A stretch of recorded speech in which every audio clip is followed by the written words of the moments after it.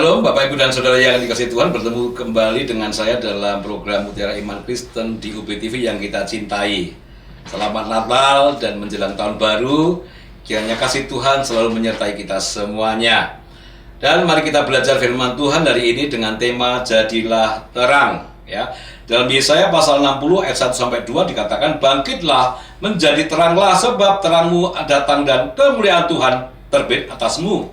Sebab sesungguhnya kegelapan menutupi bumi dan keselamatan menutupi bangsa-bangsa, tetapi terang Tuhan terbit atasmu dan kemuliaannya menjadi nyata atasmu. Sejak manusia pertama jatuh dalam dosa, maka dunia menjadi gelap, ya. Dan Yesus lahir ke dunia untuk menjadi sumber terang, menerangi dunia yang gelap. Dalam Yesaya tadi, nubuat Nabi Yesaya mengatakan, bangkitlah dan menjadi teranglah. Untuk menjadi terang kita harus hidup bangkit, semangat. Dan dikatakan dalam Matius pasal 5 ayat 14 sampai 16, kamu adalah terang dunia. Kamu adalah terang dunia. Artinya kita orang percaya kepada Yesus harus menjadi terang bagi dunia ini. Kota yang terletak di atas gunung tidak mungkin tersembunyi. Lagi pula orang tidak menyalakan pelita lalu meletakkan di bawah gantang, melainkan di atas kaki dia, sehingga menerangi semua orang di dalam rumah itu. Demikianlah hendaknya terangmu bercahaya di depan orang, supaya mereka melihat perbuatanmu yang baik dan memuliakan Bapamu yang di surga. Saudara yang dikasihi Tuhan, jelas bahwa kita orang percaya kepada Yesus harus menjadi terang bagi dunia yang gelap ini, ya. Menjadi terang bagi dunia yang gelap ini, karena Yesus adalah sumber terang itu sendiri. Nah, dalam Matius pasal 5 ayat 14, kamu adalah terang dunia, kota yang terletak di atas gunung tidak mungkin tersembunyi. Artinya kehidupan orang percaya itu seperti di akuarium, ya. Dia dari depan, dari belakang, dari kanan, dari kiri, ya, kelihatan hidupnya.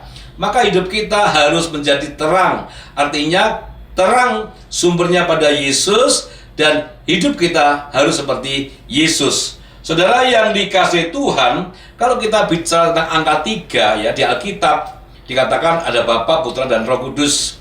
Lalu ada tubuh, jiwa, roh hidup kita, ya. Kemudian iman, pengharapan, dan kasih, ya. Lalu hidup kita ini lahir, hidup, dan mati. Tapi juga ada 3 hal proses manusia, ya. Yang pertama, kalau saya ingin ilustrasikan seperti orang menikah, saudara, ya, ada 3 fase, ya, hidup manusia. Yang pertama, orang setelah menikah, baru saja menikah itu tentu namanya bulan madu, ya, adanya sukacita, damai sejahtera, gitu, ya, ada kebahagiaan di situ. Tapi dalam proses waktu yang terjadi, fase yang kedua, saudara, madunya habis, tinggal bulan-bulanan. Nah, ini masa-masa sulit, dan setiap rumah tangga pasti mengalami. Hidup bangsa Israel pun juga demikian. Ketika di Mesir mengalami bulan madu, kemudian keluar dari Mesir, ya, masuk ke padang gurun selama 40 tahun. Disitulah madunya habis, tinggal bulan-bulan. Asal taat dan setia kepada Tuhan, maka masuk fase yang ketiga, di mana madunya tidak pernah habis. Itulah tanah Kanaan, tanah perjanjian. Itulah dalam pernikahan. Kalau kita bertahan di masa sulit, tetap setia kepada pasangan kita, tetap taat kepada Tuhan, setia pada pekerjaan, setia pada usahanya, pasti akan melewati fase yang kedua dan masuk fase yang ketiga. Madunya tidak pernah habis. Artinya, saudara-saudara, bahwa setiap proses manusia ini pasti akan melewati yang namanya masa-masa yang sulit. Dan kalau kita tetap taat dan setia kepada Tuhan, setia pada pasangan, ya, kita akan masuk fase yang ketiga, madunya tidak pernah habis. Baru tahu, oh ternyata, Pak, kemarin tuh lewat persoalan ini toh hikmahnya, gitu. Ini hikmat yang dari Tuhan. Ada kebahagiaan yang sejati, saudara. Saudara yang dikasihi Tuhan, demikian juga di dunia ini ada 3 tipe manusia, ya. Kalau tadi ada Bapa, Putra, dan Roh Kudus, ya, ada tubuh, jiwa, roh, iman, pengharapan, dan kasih, lahir, hidup, mati, kemudian fase yang pertama, fase kedua, ketiga. Ternyata di dunia ini menurut kitab Kejadian juga ada 3 tipe manusia. Yang pertama adalah tipe debu tanah. Kejadian pasal 13, 16, dan aku akan menjadikan keturunanmu seperti debu tanah banyaknya, sehingga jika seandainya ada yang dapat menghitung debu tanah, keturunan pun akan dapat dihitung juga. Jadi tipe debu tanah ini, saudara, Debu itu kan sesuatu yang ringan. Kalau kena angin pasti gampang terombang-ambingkan oleh angin, oleh keadaan, ya. Jadi manusia yang gampang mudah terpengaruh oleh dunia, terutama dunia digital, ya. Orang lain ngomong kasar, kita ikut ngomong kasar, ngerasani ikut ngerasani, temannya judol, kita ikut judol, judi online gitu ya. Temannya pinjol, kita juga ikut pinjol, kan begitu ya. Ini mudah terombang-ambingkan oleh dunia ini, saudara. Wah, orang glamor gitu ya, konsumtif, orang suka bisa konsumtif, saudara. Nah, orang yang demikian dikatakan dalam Kejadian pasal 3 ayat 14, lalu berfirman Tuhan Allah kepada ular itu, karena engkau berbuat demikian, terkutuklah engkau di antara segala ternak dan di antara segala binatang hutan, dengan perutmu lah engkau akan menjalar dan debu tanahlah engkau akan kau makan seumur hidupmu. Ternyata tipe debu tanah orang yang mudah terombang-ambingan dunia itu mudah menjadi makanan empuk ular. Ular dalam kitab Kejadian simbol dari iblis sendiri. Artinya dia menjadi makanan iblis, ya. Dia dikuasai oleh iblis, akhirnya menjadi egois, hanya mementingkan dirinya sendiri, ya. Tidak peduli dengan orang lain, yang penting saya, yang penting saya. Bukankah dimanapun kita berada, kalau ada orang egois adalah sumber masalah. Itu tipe yang pertama, orang yang mudah terombang-ambingkan oleh keadaan, oleh dunia ini, maka dia bisa menjadi makanan empuk bagi ular, yaitu dia bisa dipengaruhi oleh iblis. Lalu tipe yang kedua, saudara, dalam Kejadian pasal 32 ayat 12, bukankah engkau telah berfirman, tentu aku akan berbuat baik kepadamu dan menjadikan keturunanmu sebagai pasir di laut, yang karena banyaknya tidak dapat dihitung. Jadi di dunia ini ada tipe yang kedua, yaitu tipe pasir di laut. Apa itu tipe pasir di laut? Dalam Matius pasal 7 ayat 20-27, tetapi setiap orang yang mendengar perkataanku ini dan tidak melakukannya, ia sama dengan orang yang bodoh, yang mendirikan rumahnya di atas batu, kemudian turunlah hujan dan datanglah banjir, lalu angin melanda rumah itu sehingga rubuhlah rumah itu dan hebatlah kerusakannya. Tipe yang kedua, pasir di laut, adalah orang yang mendengar firman Tuhan tapi tidak melakukannya, ya. Suka ke rumah ibadah, ya, tapi hanya ritual, ya, hanya tradisi, tapi tidak pernah mendengar dan melakukan. Akhirnya apa, saudara? Tipe yang kedua ini dikatakan seperti membangun rumah di atas pasir. Begitu ada angin datang, ada banjir, roboh, ya. Karena apa? Tidak punya pondasi yang kuat. Artinya orang yang hanya mendengar firman Tuhan tetapi tidak melakukan, dia adalah orang-orang yang mudah jatuh dalam dosa. Dia mudah hancur hidupnya, putus asa, ada masalah, maki-maki orang, ya. Kalau ada masalah kemudian menyalahkan keadaan, bahkan menyalahkan Tuhan, ya. Lebih cenderung fokus pada dirinya sendiri. Yang penting aku, yang penting aku. Itu tipe orang yang mendirikan rumah di atas pasir. Atau tipe yang kedua adalah tipe manusia pasir di laut. Suka mendengar tapi tidak pernah melakukan. Suka beribadah tapi tidak pernah menjadi pelaku-pelaku ibadah itu sendiri. Yang ketiga, saudara-saudara, apa tipe manusia di dunia?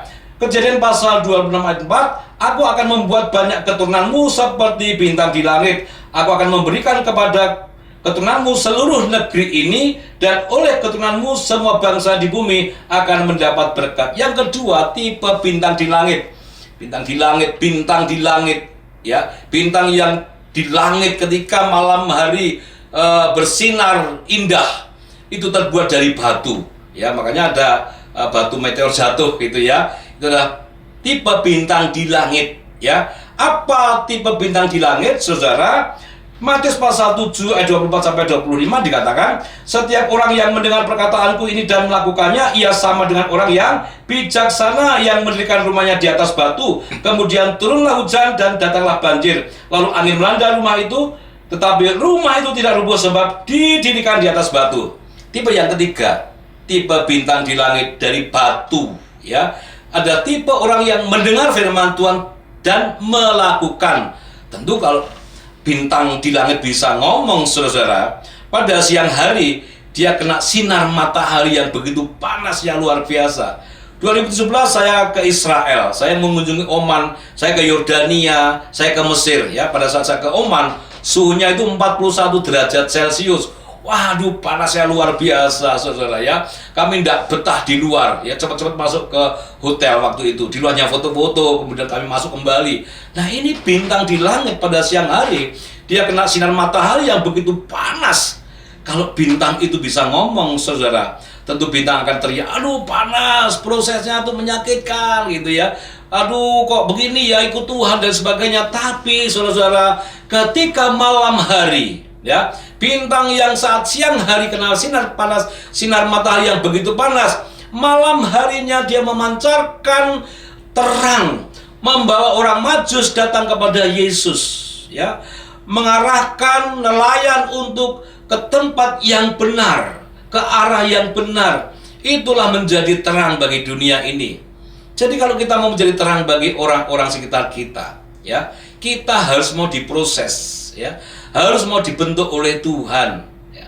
Karena bagaimanapun juga saudara, untuk mengasihi musuh tidak mudah ya, mengampuni orang yang telah melukai kita tidak mudah.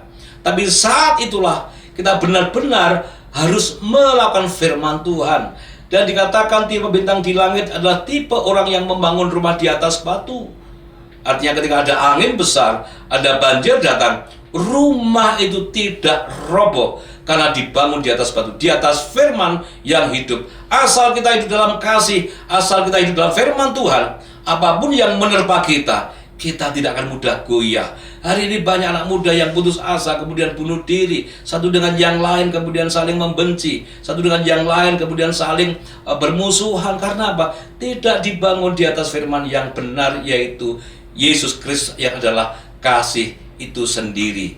Mari saudara, kita tidak hanya menjadi pendengar firman Tuhan, tapi menjadi pelaku firman Tuhan. Jangan tipe debu tanah yang mudah terombang-ambingan oleh dunia ini. Jangan juga menjadi tipe pasir di laut yang mendengar tapi tidak melakukan.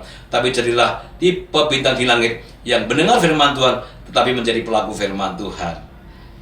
Kiranya firman Tuhan berkati kita semuanya. Selamat Natal dan Tahun Baru. Tuhan berkati.